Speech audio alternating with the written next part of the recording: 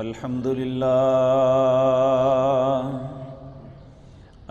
لله نحمده ونستعينه ونستغفره ونعوذ بالله من شرور أنفسنا ومن سيئات أعمالنا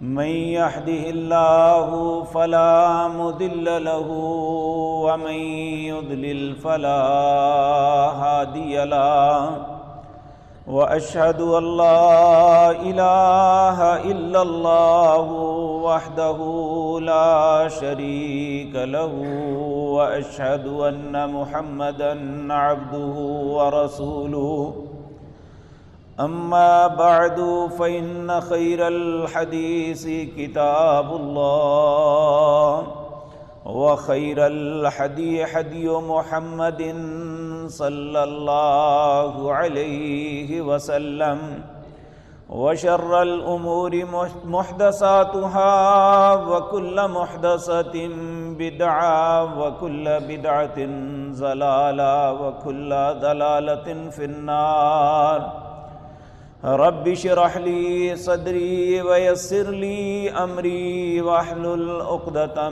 من لساني يفقهوا قولي اللهم انفعنا بما علمتنا وعلمنا ما ينفعنا وزدنا علما رب اوزعني أن أشكر نعمتك التي أنعمت علي وعلى والدي وأن أعمل صالحا ترضاه وأصلح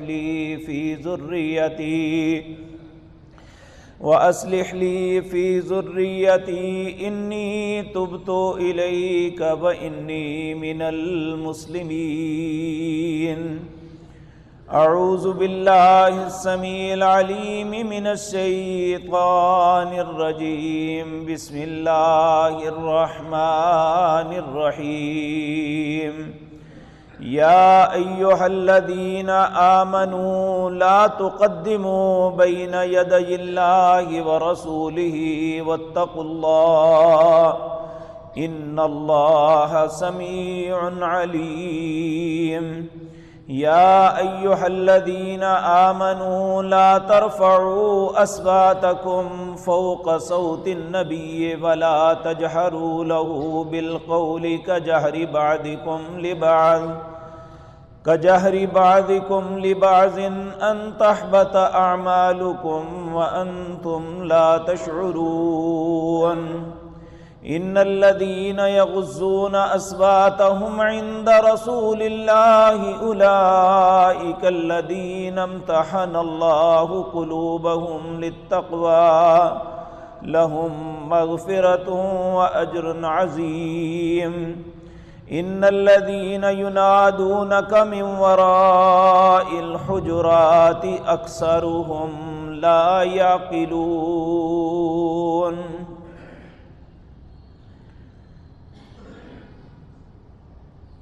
حضرات محترم، ہم مسلمان ہیں۔ اللہ مالک نے ہر مسلمان کو پابند بنایا ہے کہ وہ اپنی زندگی کے معاملات کے اندر جو دین ہے اس میں اللہ اور اس کے رسول سے آگے نہیں بڑھ سکتے، اور یاد رکھیں کہ اللہ مالک نے دنیا کے امور میں تو ہمیں اختیار دیا ہے کہ انسان اپنی ترقی کے لیے، اپنے معاملات میں بہتری کے لیے اپنے معاملات میں تبدیلی کر سکتا ہے، لیکن جو دین اللہ نے اپنے نبی جناب محمد الرسول اللہ صلی اللہ علیہ وسلم پر نازل کیا ہے اس پہ کوئی تبدیلی نہیں ہو سکتی۔ اگر کوئی شخص تبدیلی کرنے کی کوشش کرے گا یاد رکھیں اس وقت تک اللہ نہ اس کا کوئی عمل قبول کرے گا نہ اس کی توبہ قبول کرے گا جب تک وہ اپنے واپس نہیں پلٹ جاتا۔ اب یہاں پہ ایک بہت بڑا المیہ بن چکا ہے، دین کے اندر تبدیلی پیدا کرنے کے لیے مثال دنیا کی دی جاتی ہے کہ دیکھیں اس زمانے میں ہم گھوڑوں پہ سفر کرتے تھے، آج ہم گاڑیوں پہ، جہازوں پہ، ٹرینوں پہ کرتے ہیں، تو کیا یہ بدعت نہیں ہے؟ یا اس زمانے میں لوگ جھونپڑیوں میں یا کچے گھروں میں رہتے تھے، ان بڑی بڑی خوبصورت بلڈنگز میں رہتے ہیں، یعنی ایسے دھوکے دے کے لوگوں کو دین میں تبدیل کرنے کے لیے رستہ ہموار کیا جاتا ہے۔ یاد رکھیں جن باتوں پہ یہ دھوکہ دیا جا رہا ہے اللہ نے 1400 سال پہلے ان کے متعلق وضاحت فرما دی تھی۔ قرآن عزیز کے اندر آتا ہے وَالْخَيْلَ وَالْبِغَالَ وَالْحَمِيرَ لِتَرْكَبُوهَا وَزِينَةً وَيَخْلُقُ مَا لَا تَعْلَمُونَ، میں نے گھوڑے، خچر اور اونٹ تمہاری سواریوں کے لیے بنائے ہیں۔ وَيَخْلُقُ مَا لَا تَعْلَمُونَ، آئندہ ایسی سواریاں بناؤ گے جنہیں تم اب نہیں جانتے۔ تو یعنی اگر ایک انسان سواری کی مثال پیش کرتا ہے تو سواریوں میں ارتقاء ہے، اس میں اللہ نے کہیں منع نہیں کیا کہ تم اس سے آگے نہیں بڑھ سکتے۔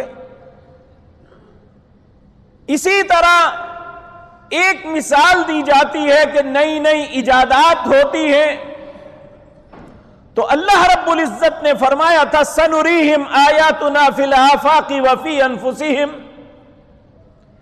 یہ افلاک پہ جو سیارے، ستارے، چاند اور سورج ہیں، زمین کے اندر جو کچھ ہے، حتیٰ کہ تمہارے جسم کے اندر ہے، میں تمہیں کچھ نہ کچھ ان کا بتاؤں گا۔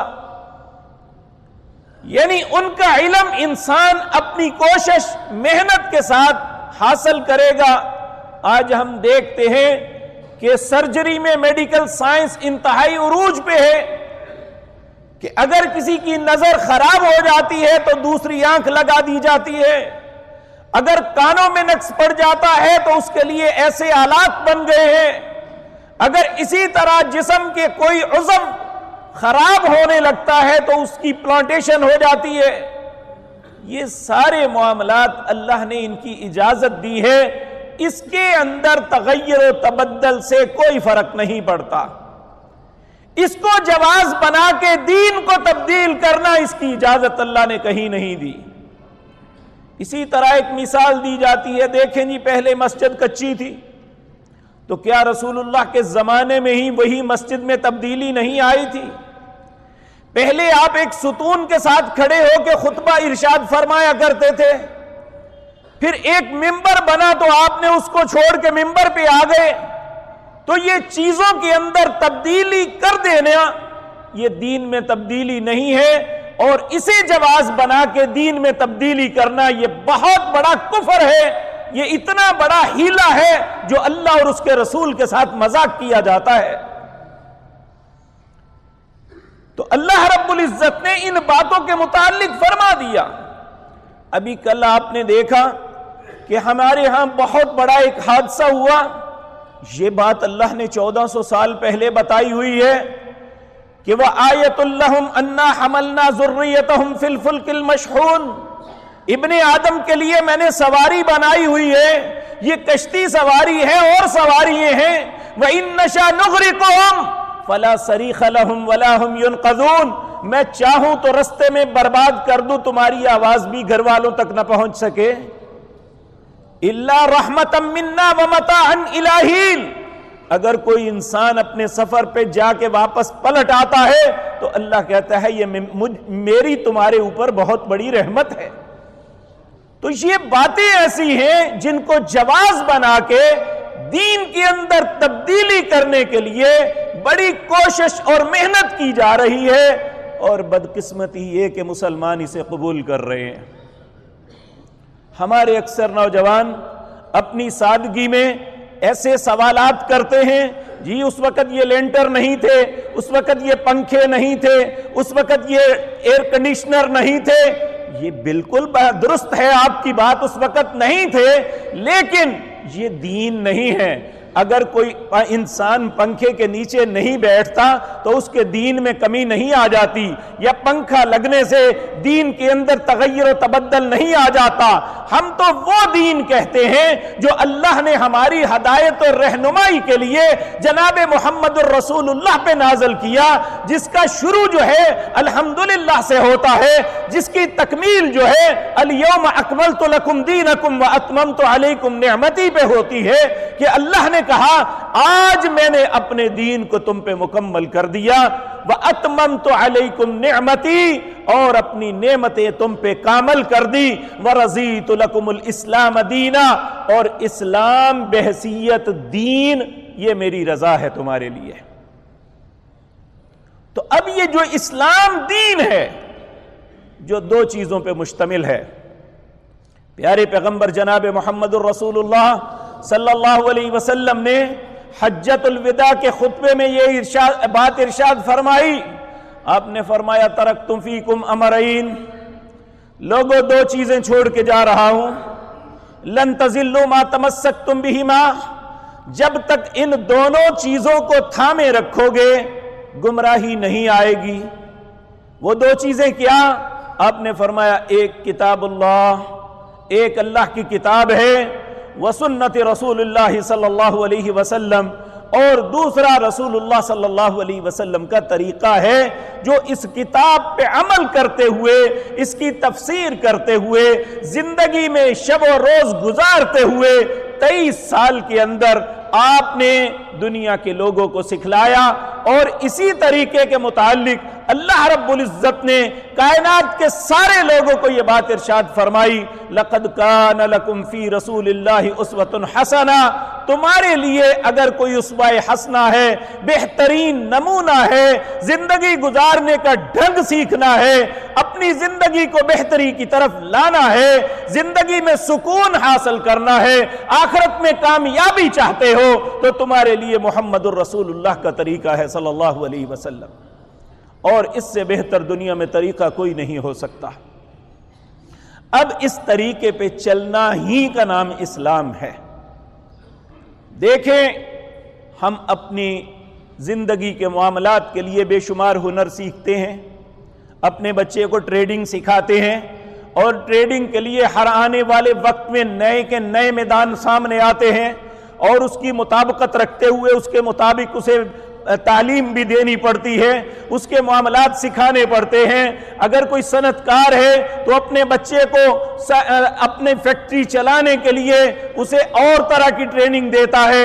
اگر کوئی کاشتکار ہے تو وہ زمین میں سبزی اور دوسری اجناس کو بونے اور اچھی فصل لینے کے لیے بے شمار طریقے اپناتا ہے۔ بلکہ نبی کریم صلی اللہ علیہ وسلم کی زندگی میں ایک ملتی ہے بات کہ آپ بڑے باحیا تھے۔ لوگ جو ہیں نر پودوں کا بور اتار کے خود مادہ پودوں کے بور کے اوپر ڈالا کرتے تھے۔ آپ نے فرمایا یہ اچھی بات نہیں، ایسا نہ کیا کرو۔ لوگوں نے نہ کیا، آپ کے حکم کی تعمیل کی، اس سال پھل کم ہوا۔ آپ نے پوچھا ایسا کیوں ہوا ہے؟ انہوں نے کہا یہ ایک طریقہ تھا، اگر ہوا نہیں چلتی کسی وقت یا کوئی موسمی تغیر و تبدل ہوتے ہیں تو یہ بور خود ڈال دیا جائے تو درخت پہ پھل زیادہ ہوتا ہے۔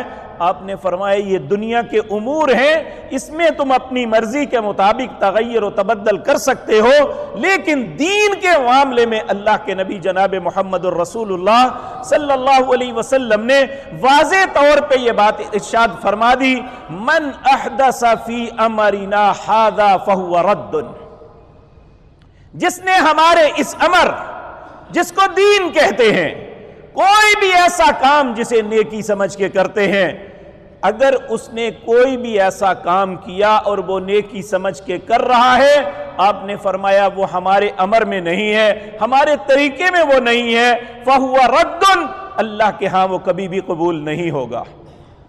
اور جو آیات میں نے آغاز پہ آپ کے سامنے پڑھی، یہ سورۃ حجرات کی آیت ہیں۔ اللہ رب العزت کہتے ہیں یا ایھا الذین آمنوا، اے لوگو جو ایمان لائے ہو، لا تقدموا بین یدی اللہ ورسولہ، اللہ اور اس کے رسول سے آگے بڑھنے کی کوشش نہ کرنا۔ واتقوا اللہ، اللہ سے ڈر جانا۔ ان اللہ سمیع علیم، بے شک اللہ سننے والا بھی ہے، جو ہم کہتے ہیں وہ بھی سنتا ہے، علیم جاننے والا ہے، جو کرتا ہے اس سے کچھ بھی چھپا ہوا نہیں ہے۔ بلکہ وَيَعْلَمُ مَا تُخْفِي الصُّدُورُ، اللہ تو وہ ذات پاک ہے جو سینوں کے اندر چھپے ہوئے رازوں کو بھی جانتا ہے۔ تو میرے عزیز بھائیو، یہ باتیں ذہن میں رکھ کے میں ان اختلافات میں کبھی پڑا تو نہیں، لیکن اس وقت صورتحال یہ بنی ہوئی ہے کہ لوگ جھوٹ بھی بولتے ہیں اور سینہ زوری بھی کرتے ہیں، اور الٹا ایسا طرز عمل اختیار کرتے ہیں کہ جو لوگ اللہ اور اس کے رسول کی اطاعت کی بات کرتے ہیں انہیں گالیاں تک نکالنے سے دریغ نہیں کرتے۔ اس لیے میں آپ کے سامنے رکھتا ہوں کہ میں پچھلے جمعے آپ کے سامنے یہ بات عرض کی تھی کہ اس وقت تک کوئی بندہ ایماندار ہو ہی نہیں سکتا جب تک وہ اپنی جان، اپنے والدین، اپنی اولاد، پوری مخلوق سے زیادہ رسول اللہ سے محبت نہ کرے۔ تو کیا رسول اللہ صلی اللہ علیہ وسلم کی محبت کا تقاضا یہی ہے کہ ہم آپ کی بات ماننے یا آپ کی اطاعت کرنے کے بجائے آپ کے انگیسٹ ایک نیا نظام کھڑا کر دیں اور اسے اسلام کا رنگ دے دیں؟ العیاذ باللہ۔ میرے عزیز بھائیوں، رسول اللہ صلی اللہ علیہ وسلم نے اس دنیا کے اندر جو زندگی گزاری وہ 63 برس ہے۔ ہر مسلمان اور غیر مسلمان بچہ بچہ جانتا ہے اس بات کو۔ ایک دن تھا جب دنیا میں تشریف لائے، اور ایک دن تھا جب اس دنیا کو چھوڑ کے دار البقاء کی طرف چلے گئے، اور آپ کے زندگی کے آخری کلمات یہ تھے کہ آپ نے اپنی زندگی میں ایک بات صحابہ کے سامنے ارشاد فرمائی، لوگو ایک بندے کو اللہ نے اختیار دیا ہے، چاہے دنیا وما فیہا میں جو کچھ ہے وہ اسے لے لے یا اس کو قبول کر لے جو رفیق الاعلیٰ کے پاس ہے، یعنی سب سے بلند دوست جو ہے اس کے پاس ہے۔ تو اس بندے نے رفیق الاعلیٰ کی رفاقت کو قبول کر لیا۔ سارے صحابہ بڑے خوش ہوئے کہ یہ کون بندہ ہے؟ تو حضرت ابو بکر رونے لگے۔ حضرت ابو موسیٰ اشعری کہتے ہیں کہ نبی کریم نے ایک بندے کی بات کی ہے، یہ بابا جی کیوں رونے لگے ہیں؟ کہتے ہیں ہمیں بعد میں پتا چلا کہ ہم سب سے زیادہ علم رکھنے والے سیدنا ابو بکر ہیں، کیونکہ جس بندے کی بات رسول اللہ کر رہے تھے وہ آپ خود تھے، کہ اللہ نے آپ کو اختیار دیا تھا کہ دنیا میں اور جو کچھ دنیا میں ہے اس کو قبول کرنا ہے یا رفیق الاعلیٰ کے پاس جو کچھ ہے اسے۔ تو رسول اللہ صلی اللہ علیہ وسلم نے رفیق الاعلیٰ کی رفاقت کو قبول کیا۔ اور جس وقت آپ کی آخری سانسیں تھی، اماں جی عائشہ صدیقہ رضی اللہ تعالیٰ عنہ فرماتی ہیں کہ رسول اللہ صلی اللہ علیہ وسلم یہ کلمات کہہ رہے تھے، اللہم انی اعوذ بکا من سکرات الموت و غمرات الموت، اللہم بالرفیق الاعلیٰ، اے اللہ میں سب سے اعلیٰ دوست کی رفاقت کو قبول کرتا ہوں۔ پھر آپ نے یہ کلمات کہے، اللہم اغفر لی ورحمنی، اللہم بالرفیق الاعلیٰ، اے اللہ مجھ پہ رحم کر، مجھے معاف کر دے، اے اللہ اپنی رفاقت میں مجھے قبول فرما لے۔ تو ایک دن آپ دنیا میں تشریف لائے اور ایک دن دنیا سے تشریف لے گئے۔ یہاں یہ بات آپ کے سامنے عرض کرنی ہے کہ آپ دنیا میں کب آئے۔ یہ بات یاد رکھیں کہ جب آپ دنیا میں آئے اس وقت کسی کے خواب و خیال میں بھی نہیں تھا کہ یہ بچہ آنے والے وقتوں میں ساری دنیا کے امام بنیں گے، کیونکہ اس وقت تو عبداللہ کے گھر بیٹا ہوا، اور اس کا نام دادا محترم نے محمد صلی اللہ علیہ وسلم رکھا، اس لیے آپ کی پیدائش میں اختلاف ہے مورخین کا، لیکن جو صحیح ترین باتیں آتی ہیں وہ آپ کے سامنے رکھتا ہوں، اس میں کوئی شک نہیں۔ سب سے پہلی بات، آپ کس ماہ میں پیدا ہوئے؟ موطا امام مالک میں روایت ہے، قیس بن مخزمہ رضی اللہ تعالیٰ عنہ ایک صحابی تھے، وہ کہتے ہیں ولدت انا ورسول اللہ صلی اللہ علیہ وسلم عام الفیل، میں اور رسول اللہ صلی اللہ علیہ وسلم ایک ہی سال پیدا ہوئے، اور وہ سال عام الفیل کا تھا۔ عام الفیل کون سا سال ہے؟ جس سال ابراہہ نے مکہ مکرمہ پہ حملہ کیا تھا اور اللہ نے وادی محصر کے اندر ان سب کو تباہ کر دیا تھا، اپنے کعبہ کو بچایا تھا۔ آپ اس واقعے سے 50 دن کے بعد اس دنیا میں تشریف لائے، اور اس کے متعلق یاد رکھیں کہ بعض لوگوں کے اقوال مختلف ملتے ہیں، بعض محرم میں کہتے ہیں، بعض رمضان المبارک میں کہتے ہیں، لیکن صحیح بات یہی ہے جو موطا امام مالک میں آتی ہے، اور اس حدیث کے راوی قیس بن مخزمہ صحابی ہیں جو کہتے ہیں میں اور رسول اللہ صلی اللہ علیہ وسلم عام الفیل کے سال پیدا ہوئے۔ یہ عام الفیل جو ہے نوشیروان کی تخت نشینی کا یہ 40واں سال تھا، اور اس وقت یہی ایک بکرمی کیلنڈر چلتا تھا، یونانی کیلنڈر چلتا تھا، اسی طرح ایک عیسوی کیلنڈر چلتا تھا جس کے متعلق کہا جاتا ہے کہ 571 ہجری میں آپ 20 فروری کو اس دنیا میں تشریف لائے، اور پھر اس کے بعد اب اس سے بات حل نہیں ہو رہی تھی۔ کوئی لوگ 2 تاریخ کہتے تھے ربیع الاول کی، کوئی 8 کہتے تھے، کوئی 9 کہتے ہیں، کوئی 12 کہتے ہیں۔ تو رسول اللہ صلی اللہ علیہ وسلم آپ نے خود یہ بات ارشاد فرمائی، نبی صلی اللہ علیہ وسلم 2 دن روزہ رکھا کرتے تھے، ہر ہفتے کے اندر ایک سوموار کے دن اور ایک جمعرات کے دن۔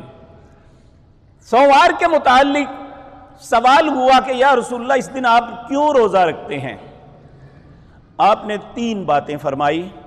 آپ نے فرمایا اللہ نے اسی دن مجھے پیدا کیا، اسی دن مجھے نبوت عطا کی، اور پھر ایک پیشین گوئی فرمائی کہ اسی دن اللہ مجھے موت دیں گے، اس لیے میں اس دن روزہ رکھتا ہوں۔ اب مورخین جو ہیں انہوں نے اس پہ بڑی محنت کی۔ یہاں پہ امام مالک رحمۃ اللہ علیہ نے آپ کی پیدائش سوموار کے متعلق ایک حدیث لے کے آئے ہیں، جس حدیث کے راوی ہیں محمد بن جبیر بن مطعم۔ جبیر بن مطعم یہ صحابی تھے اور محمد ان کے بیٹے تھے۔ محمد سے روایت کرتے ہیں امام مالک رحمۃ اللہ علیہ، اور محمد بن جبیر بن مطعم جو تھے یہ عرب تاریخ کے ماہر تھے۔ اور دوسری بات، انہوں نے اپنے بابا سے بھی پوچھا تھا کہ نبی کریم صلی اللہ علیہ وسلم کب پیدا ہوئے، اور انہوں نے اس حساب سے اس سال جس سال رسول اللہ پیدا ہوئے ربیع الاول کے اندر یا 2 تاریخ کو سوموار آتی ہے یا ربیع الاول کی 9 تاریخ کو سوموار آتی ہے، 12 تاریخ کو سوموار نہیں آتی۔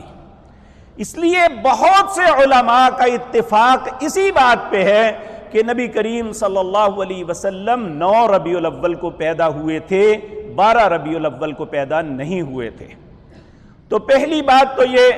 دوسری بات یہ ہے، اب جب پیدا ہوئے تو ایک بات کو جواز بنایا جاتا ہے، وہ جواز یہ ہے کہ نبی کریم صلی اللہ علیہ وسلم جب پیدا ہوئے تو اس وقت ابو لہب نے اپنی لونڈی سویبہ کو آزاد کیا۔ اب حقیقت بات میں آپ سے عرض کروں کہ میں بھی ہمیشہ یہی سمجھتا رہا، یہی معروف بات تھی، لیکن جب اس پہ تحقیق کی تو پتہ چلا کہ سویبہ جو ہے اسے تو رسول اللہ کی رسالت کے بعد ابو لہب نے آزاد کیا تھا، اس سے پہلے تو آپ کی لونڈی تھی۔ اور جب نبی کریم صلی اللہ علیہ وسلم کو سب سے پہلے دودھ پلایا گیا اور سویبہ نے پلایا تھا، اس وقت بھی وہ ابو لہب کی لونڈی تھی. اور اماں جی خدیجہ رضی اللہ تعالی عنہا سے ایسی روایات ملتی ہیں کہ سویبہ جب رسول اللہ کے گھر میں آتی اس وقت وہ ابو لہب کی لونڈی تھی. حضرت خدیجہ اور نبی کریم اس کی بڑی عزت کرتے تھے کیونکہ وہ آپ کی دودھ ماں تھی، حالانکہ وہ اس وقت مسلمان نہیں تھی. تو یہ اس وقت فوری آزاد کرنے والی روایت جو ہے یہ بھی درست نہیں ہے. تو یہ بات کہہ کے پھر ایک خواب بیان کی جاتی ہے جو صحیح بخاری کے اندر آتی ہے کہ ایک شخص نے خواب دیکھا، ابو لہب کو اس نے دیکھا جو بڑی بری حالت میں تھا. تو ابو لہب اس نے پوچھا تیرا کیا حال ہے؟ کہتا ہے حالات بڑے برے ہیں، لیکن ایک بات ہے، میں نے اپنی لونڈی سویبہ کو آزاد کیا تھا تو میری انگلی سے کچھ پانی نکلتا ہے جس کی وجہ سے میں اسے چوستا ہوں تو مجھے راحت ملتی ہے. اب اس حدیث کے متعلق محدثین کہتے ہیں پہلی بات تو یہ خواب جو ہے شریعت کے اندر کسی انسان کی حجت نہیں ہوتی. یہ ایک بندے کو خواب آئی تھی، نہ کہ رسول اللہ یا کسی اور طرف سے بات ملی تھی. اور دوسری بات یہ کہ یہ قرآن کی صریح نص کے خلاف ہے بات. قرآن کہتا ہے تبت یدا ابی لہب وتب، ابو لہب ہلاک ہو جائے اور اس کے ہاتھ بھی ہلاک ہو جائیں، ہم اس کے ہاتھوں سے پانی نکالنا شروع کر دیتے ہیں. اس کو جواز بنا کے کہتے ہیں کہ چونکہ وہ خوشی میں یہ سب کچھ اس نے کافر ہونے کے باوجود کیا اور اسے یہ ملا، اس لیے ہم بھی ان کی خوشی میں یہ معاملہ کرتے ہیں. میرے عزیز بھائیوں، نبی کریم صلی اللہ علیہ وسلم، آپ کے صحابہ، ہم ان کے قدموں کے نیچے آنے والی گرد کے برابر بھی نہیں ہیں کہ ہم ان سے ویسی محبت کر سکیں جیسی رسول اللہ سے صحابہ نے کی تھی. کیا یہ جو کچھ آج ہم کر رہے ہیں، جس طریقے کو ہم نے اپنایا ہوا ہے، جسے محبت کی علامت قرار دیتے ہیں، کیا یہ طریقہ صحابہ کو نہیں سوجا تھا؟ اور دوسری اہم بات میرے عزیز بھائیوں یہ یاد رکھیں کہ حقیقتاً آپ کی پیدائش اتنی اہم نہیں جتنا آپ کی بعثت یعنی آپ کو نبوت ملنا اہم ہے. پیدا تو سب لوگ ہوتے ہیں، تو آپ کی عظمت اور آپ کی عزت اور آپ کی دنیا میں سب سے زیادہ بلندی آپ کی نبوت کی وجہ سے ہے. آپ دیکھیں حضرت عمر رضی اللہ تعالیٰ عنہ کے زمانے میں جب سن ہجری کے آغاز کے متعلق مشاورت ہو رہی تھی کہ اس وقت ایک صحابی نے مشورہ دیا کہ دیکھیں جی دنیا کے سارے جتنے بھی مہذب لوگ ہیں انہوں نے اپنا اپنا کیلنڈر بنایا ہوا ہے اور اپنی تاریخ کے مطابق چلتے ہیں، ہمارا اسلامی کیلنڈر ہونا چاہیے جس کے مطابق ہم چلیں. اور اس وقت یہ مشاورت ہوئی، کئی دن ہوتی رہی. اس میں یہ مشورہ بھی آیا کہ جس دن رسول اللہ پیدا ہوئے ہم اس دن آپ اس تاریخ کا آغاز کرتے ہیں. تو صحابہ میں سے کوئی بھی اس بات پہ ایگری نہیں ہوا تھا. ایگری کس بات پہ ہوئے کہ ہجرت کو اپنا یعنی جس بات پہ اتفاق ہوا وہ یہ تھا کہ جس دن رسول اللہ نے ہجرت کر کے مکہ چھوڑ کے مدینہ آئے تھے یہ اسلام کی عروج کا اولین وقت تھا. اس کے بعد اسلام نے عروج پکڑا اور اپنی سن کا آغاز جو ہے ہجرت سے کیا جائے. اور ہم دیکھتے ہیں کہ رسالت 13 سال پہلے ملی تھی.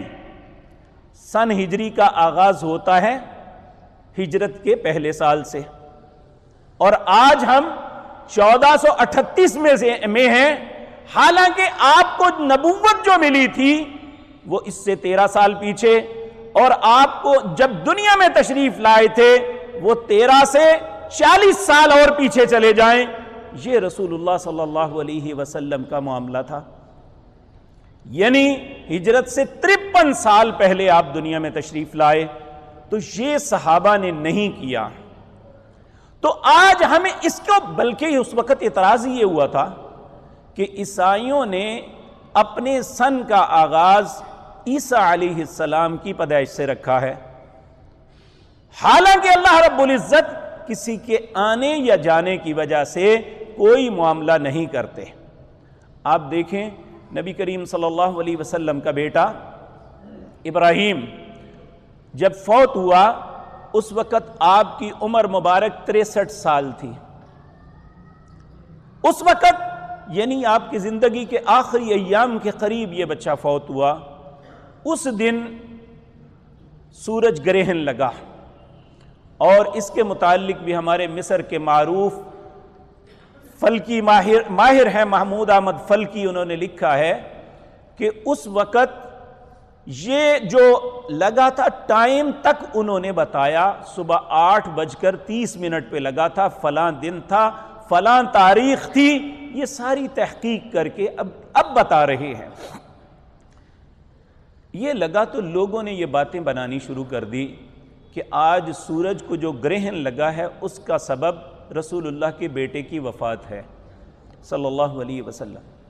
جب آپ کو اس بات کا علم ہوا تو آپ فوراً مسجد میں آئے، آپ ممبر پہ بیٹھے، لوگوں کو بلایا، لوگ آئے، آپ ممبر پہ بیٹھے، اللہ کی حمد و ثنا بیان کرنے کے بعد کہنے لگے ان الشمس والقمر آیتان من آیات اللہ.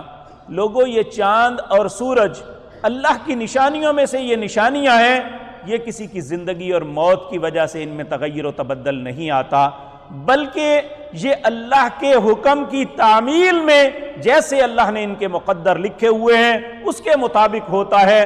تم یہ بات قطعاً نہ سوچو کہ میرا بیٹا فوت ہوا ہے اس لیے یہ سارا کچھ ہوا ہے. تو اس بات کا آپ نے رد فرمایا. تو یہ بات یاد رکھیں، آنا اور جانا حیثیت نہیں، اصل حیثیت آپ کی نبوت اور آپ کے کردار کی ہے جو بحیثیت محمد الرسول اللہ صلی اللہ علیہ وسلم آپ نے دنیا کے لوگوں میں ادا کیا، جس کی وجہ سے آج دنیا میں ہر 10 میں سے 4 لوگ الحمدللہ مسلمان ہیں.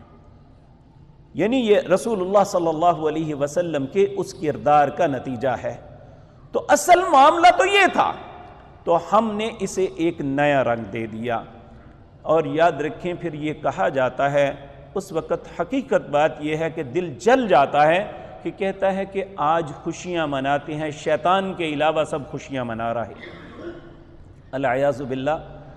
دیکھیں میرے عزیز بھائیوں، یہ دنیا میں سب سے پہلے جس شخص نے نبی کریم صلی اللہ علیہ وسلم کے میلاد کو، آپ کی پیدائش کو بطور جشن بنایا تھا، یہ 4 صدی ہجری کی بات ہے. 361 ہجری میں عبید القداء ایک شخص تھا جو اپنے آپ کو بنو فاطمی کہتے تھے. انہوں نے بنو عباس سے حکومت چھین کے مصر کے اندر اپنی حکومت بنائی اور یہ کٹر شیعہ لوگ تھے. ان لوگوں نے 6 میلاد ملانے شروع کیے، ایک نبی کریم صلی اللہ علیہ وسلم کا، ایک سیدہ فاطمہ الزہرا کا، ایک سیدنا علی رضی اللہ تعالیٰ عنہ کا، ایک سیدنا حسن کا، ایک سیدنا حسین رضی اللہ تعالیٰ عنہم کا، اور 6واں میلاد جو موجودہ ان کا خلیفہ ہوتا اس کی پیدائش کا دن. یہ سال کے اندر 6 میلاد مناتے. یہ معاملہ ان کا چلتا رہا. تو اس وقت ایک شخص تھا جس کا نام افضل بن امیر الجیوش تھا. جب اس نے بنو فاطموں سے حکومت چھینی تو پھر اس نے ان 6 میلادوں کو ختم کر دیا. پھر ان میں کوئی بھی نہیں مناتے تھے، یہ سارے کا سارا بائی فورس اس نے ختم کر دیا.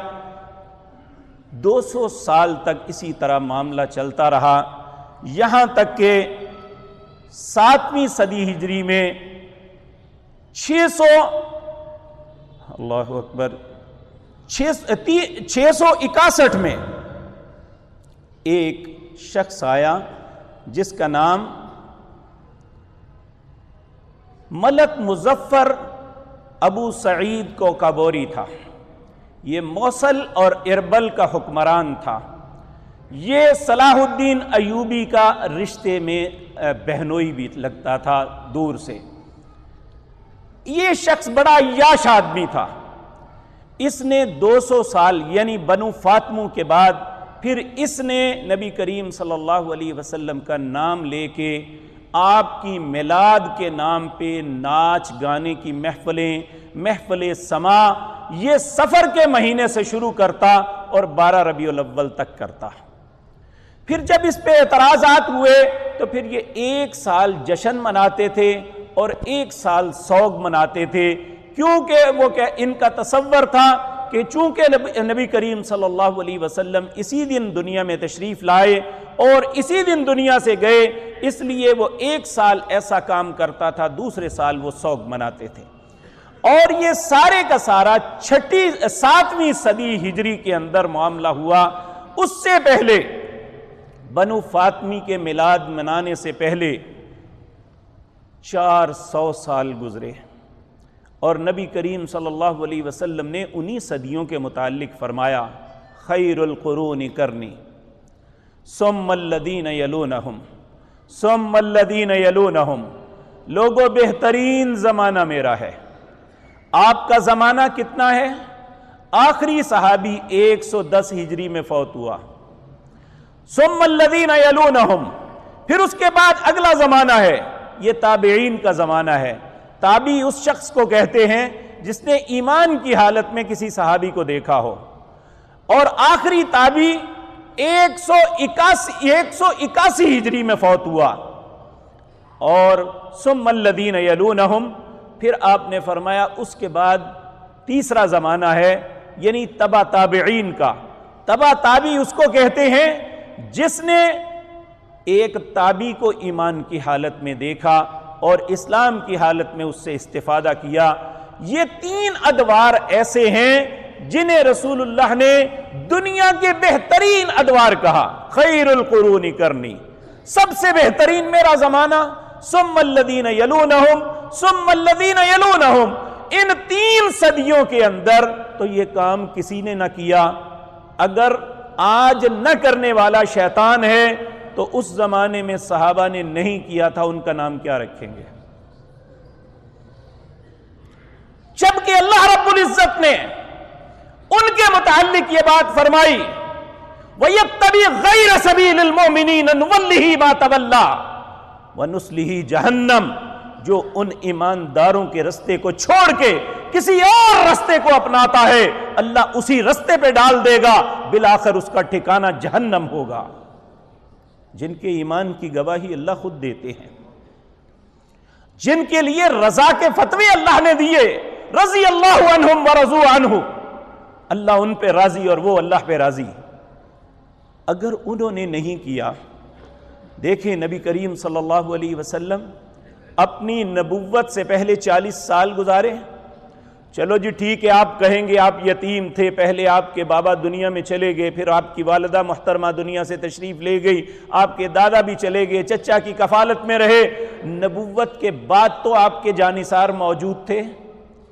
23 سال تک نبوت میں زندگی گزاری تو آپ کے جانثار جو اپنی جانیں تک قربان کر دیتے تھے، جہاں پوزیشن یہ تھی کہ جنگ احد کے اندر ایک معصوم دودھ پیتا بچہ ایک خاتون لے کے رسول اللہ کے پاس آئی، کہنے لگی یا رسول اللہ میرے پاس اس بچے کے علاوہ کچھ نہیں ہے، آپ اس بچے کو لے لیں۔ آپ نے کہا بیٹی میں اس بچے کو کیا کروں گا جنگ کے اندر؟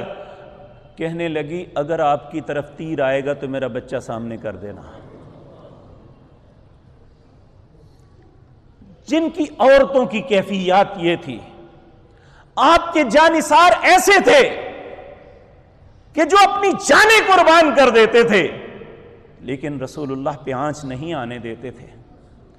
آپ حیران ہوں گے، حضرت زید ایک غلام تھے، مکہ والوں نے گرفتار کر لیا اور انہیں اتنی اذیتیں دی، ایک دن اذیتیں دیتے دیتے اتنے نڈھال ہو گئے تو کسی کو ترس آیا، اور ترس آ کے کیا کہنے لگا، زید تم صرف یہ کہہ دو کہ آج میری جگہ محمد ہوتے صلی اللہ علیہ وسلم تو میں تمہیں ابھی رہا کروا دیتا ہوں۔ تو معلوم ہے زید نے کیا کہا تھا، آنکھوں میں آنسو آ گئے، اس نے کہا لگتا ہے پگھل گیا ہے۔ کہنے لگا ٹھیک ہے زید کہو۔ کہنے لگے میں اس لیے نہیں رویا، اس لیے ہوں میری جان ایک ہے، اگر 100 جانیں بھی ہوتی، میری 100 جانیں ایک ایک دفعہ کر کے تم قتل کر دیتے تو میں پھر بھی یہ نہ چاہتا کہ نبی کریم کو ایک کانٹا بھی لگ جائے۔ تو کیا ان کو یہ ساری چیزیں نہیں آتی تھی؟ کیا ان کے پاس بھگانے کے لیے گھوڑے نہیں تھے؟ کیا ان کے پاس مکان یا بازار سجانے کے لیے نہیں تھے؟ ذرا سوچو تو صحیح مسلمانوں کہ تمہاری جھنڈیاں لگانے سے اسلام کو کیا فوقیت ملتی ہے؟ تمہاری گاڑیوں پہ ڈیک لگا کے بجانے سے اور آگے پیچھے ناچنے سے اسلام کی عزت ہوتی ہے یا توہین کرتے ہیں؟ ذرا سوچو تو صحیح۔ آج تو نیٹ نے سب کچھ ننگا کر دیا ہے، جگہ جگہ کی لوگ تو اب مرنے والوں کی تصویریں بنا لیتے ہیں۔ آپ نے دیکھا ہوگا یہ جہاز میں چند سیکنڈ پہلے تصویریں اپلوڈ کر دی ہیں لوگوں نے، ان کی آوازیں اپلوڈ کر دی ہیں کہ بیچارے کس طرح چیخ و پکار کر رہے تھے، اللہ انہیں معاف فرمائے۔ تو میرے عزیز بھائیو اب سارا کچھ ننگا ہے۔ کیا رسول اللہ صلی اللہ علیہ وسلم جنہوں نے کہا کہ اللہ نے مجھے مبعوث ہی اس لیے کیا ہے کہ میں گانے بجانے ناچنے سب کو ختم کروں، اور ہم اسی نبی کا نام لے کے ناچیں اور گائیں اور اس نبی کی نعت آلات مزامیر پہ پڑھیں اور اسے محبت کا نام دیں؟ اللہ کے نبی نے تو ڈھول کی یا بانسری کی آواز پہ اپنے کانوں میں انگلیاں ڈال لی تھی، اس وقت نہیں نکالی تھی جب تک عبداللہ بن عمر نے بتایا نہیں تھا یا رسول اللہ اب آواز نہیں آ رہی۔ تو ہم اسی نبی کے ساتھ یہ تماشا کر رہے ہیں۔ کل قیامت کا دن ہوگا، اللہ کی عدالت ہوگی، اور اس نبی کے حضور کس منہ کے ساتھ جائیں گے کہ ہم نے آپ کے دین کا یہ حشر کیا تھا؟ آپ کے ساتھ محبت کی علامت تو یہ ہے کہ اللہ رب العزت نے نبی کے ساتھیوں کی تعریف کرتے ہوئے اسی سورت فتح کے اندر فرمایا محمد الرسول اللہ، محمد اللہ کے رسول ہیں، والذین معہ، اور ان کے جو ساتھی ہیں، اشداء علی الکفار، یہ کفار پہ سخت ہیں، رحماء بینہم، آپس میں رحم دل ہیں، ہم کافروں کے اعلی کار ہیں اور اپنوں کے دشمن ہیں۔ رحماء بینہم تراہم رکعا سجدا، تو ان کے چہروں پہ رکوع اور سجدوں کے نشان دیکھے گا۔ یبتغون فضلا من اللہ ورضوانا، ان کی زندگی کا مقصد ہی اللہ کا فضل اور اس کی رضامندی کو تلاش کرنا ہے۔ اس ترازو میں اور آپ اپنے آپ کو تولے تو صحیح، کہاں ہم رسول اللہ کے ساتھی بنیں گے؟ ہر بات میں اللہ اور اس کے رسول کی مخالفت کر کے، اسے دین کا نام دے کے، دین کا حلیہ بگاڑ کے یہ سمجھیں گے کہ یہ اللہ ہمارا پابند ہو جائے گا کہ ہمیں کچھ نہیں کہے گا۔ حالانکہ اللہ رب العزت نے فرمایا یا ایھا الذین آمنوا لا ترفعوا اصواتکم فوق صوت النبی، تمہاری آواز رسول اللہ کی آواز سے بلند نہیں ہونی چاہیے۔ ولا تجہروا لہ بالقول کجہر بعضکم لبعضا، لوگوں اس نبی سے ایسے طریقے سے بات نہ کرنا جس طرح تم عام ایک دوسرے سے کرتے ہو۔ اگر ایسا کیا تو کیا ہوگا؟ ان تحبط اعمالکم وانتم لا تشعرون، سارے اعمال برباد ہو جائیں گے، تمہارے پلے کچھ بھی نہیں رہے گا۔ لوگوں دو چیزیں ایسی ہیں، آپ دیکھیں ہم بیٹھے ہوئے ہیں، نماز پڑھ رہے ہیں، چل پھر رہے ہیں، کاروبار کر رہے ہیں، ذہن میں بری سوچ آ جائے، اللہ فرشتوں کو منع کر دیتا ہے، لکھنا نہیں ہے۔ کیا تو نہیں ہے نا اس نے، ابھی سوچ ہی ہے نا، تو سوچ پہ کوئی پابندی نہیں۔ لیکن یہی سوچ اگر حرم کے متعلق، بیت اللہ کے متعلق، یا وہاں جا کے یا ادھر اس کے متعلق بری سوچ بھی سوچیں گے، وَمَن يُرِدْ فِيهِ بِإِلْحَادٍ بِظُلْمٍ نُذِقْهُ مِنْ عَذَابٍ أَلِيمٍ، وہ دردناک عذاب سے نہیں بچے گا۔ اور دوسری ایک دنیا میں شخصیت ہے جن کا نام محمد الرسول اللہ صلی اللہ علیہ وسلم ہے، لوگوں ان کے خلاف چلنا تو دور کی بات ہے، صرف ذہن میں سوچ لے آؤ رسول اللہ کے متعلق غلط تو اللہ سارے اعمال کو برباد کر دے گا، کچھ بھی پلے نہیں، صرف سوچ غلط بنا لو۔ کہنا دور کی بات ہے، کرنا اس سے بھی آگے ہے، صرف ذہن میں سوچ بنا لو، نبی کریم صلی اللہ علیہ وسلم کے متعلق غلط تصور قائم کر لو، اللہ سارے اعمال برباد کر دے گا، پوری زندگی کی محنت نیکیاں ان کی کوئی قدر و قیمت نہیں ہوگی۔ ان تحبط اعمالکم وانتم لا تشعرون۔ اور پھر کہا ان الذین یغضون اصواتهم عند رسول اللہ، جو لوگ پست رکھتے ہیں اپنی آوازوں کو۔ حضرت عبداللہ بن عباس رضی اللہ تعالیٰ عنہ کی آواز قدرتی طور پہ بلند تھی، حضرت عباس کی۔ آپ نے اپنے گھر میں جا کے اپنے آپ کو بند کر لیا، آپ کی مجلس میں نہیں آتے تھے، پتہ کیا کیا معاملہ ہے، عباس نہیں آ رہے، چچا نہیں آ رہے، رو پڑے، کہنے لگے یا رسول اللہ میری آواز قدرتی طور پہ بلند ہے، میں نہیں چاہتا میرے اعمال برباد ہو جائیں۔ یہ سوچ تھی صحابہ کی۔ آپ نے فرمایا عباس یہ آپ کے لیے نہیں ہے جو جان بوجھ کے ایسا کرتے ہیں، آپ پہ اپنی بات کو فوقیت دیتے ہیں، ان کے لیے یہ باتیں ہیں۔ اور پھر اس کے بعد فرمایا ان الذین ینادونک من وراء الحجرات، اس نبی کی تو اللہ اتنی تعظیم کرتے ہیں، اللہ کی نظروں میں اس پاک پیغمبر کا اتنا احترام ہے، اللہ یہ بھی پسند نہیں کرتے کہ باہر کھڑا ہو کے انہیں آواز دی جائے کہ باہر آ جائیں۔ ان الذین ینادونک من وراء الحجرات اکثرهم لا یعقلون، جو نبی کے گھر کے باہر کھڑے ہو کے نبی کو آواز دیتے ہیں، اللہ کہتے ہیں یہ بے عقل بے وقوف جاہل لوگ ہیں۔ وَلَوْ أَنَّهُمْ صَبَرُوا حَتَّى تَخْرُجَ إِلَيْهِمْ، بہتر بات یہ ہے کہ انتظار کرو جب وہ خود تشریف لائیں تو پھر ان سے بات کرو۔ جو نبی اتنے محترم ہیں، ہم ان کے ساتھ یہ سلوک کر رہے ہیں اور اسے دین کا نام دیتے ہیں اور اسے محبت کہتے ہیں۔ ہم ساتھ سلام کرتے ہیں ایسی محبت کو جس میں اللہ کے رسول کی مخالفت ہو۔ اللہ رب العزت نے کہا فَلْيَحْذَرِ الَّذِينَ يُخَالِفُونَ عَنْ أَمْرِهِ أَن تُصِيبَهُمْ فِتْنَةٌ أَوْ يُصِيبَهُمْ عَذَابٌ أَلِيمٌ، تمہیں اللہ کے نبی کی مخالفت کرتے ہوئے اللہ سے ڈرنا چاہیے، اللہ کسی فتنے میں نہ ڈال دے یا دردناک عذاب میں نہ لے جائے۔ تو اللہ رب العزت ہمیں سمجھ نصیب فرمائے۔ اور یہ بات حقیقت بات یہ ہے کہ اللہ نے اپنے نبی کو صاف الگ کر لیا کہ لوگ 12 ربیع الاول کو جو کرتے ہیں، اور اس دن انڈرسٹوڈ ہے کہ اس دن دنیا سے تشریف لے جانے کا دن تھا، اس دن مدینہ میں کوہرام مچا ہوا تھا۔ تو پھر ہم دیکھ لیں کہ ہم کس دن کیا کر رہے ہیں اور اس کا انجام کیا ہوگا۔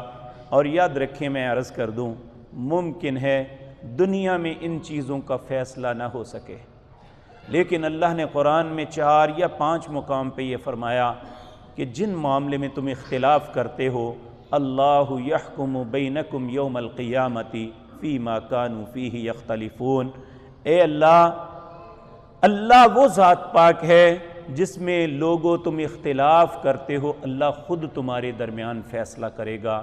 جس دن وہ فیصلے کا دن آئے گا، ہم میں سے ہر انسان کو سوچنا چاہیے اگر یہ فیصلہ ہمارے خلاف آ گیا تو ہماری حیثیت اس وقت کیا ہوگی۔ وَمَا لَهُم مِّن دُونِ اللَّهِ مِّن وَلِيٍّ وَلَا نَصِيرٍ، اس دن اللہ کے علاوہ نہ کوئی دوست ہوگا نہ کوئی مددگار۔ تو اللہ ہی اگر مخالفت میں فیصلہ دے دیں گے تو ہمارا انجام کیا ہوگا۔ اللہ ہر مسلمان کو برے انجام سے بچائے۔ اقول قولی ھذا۔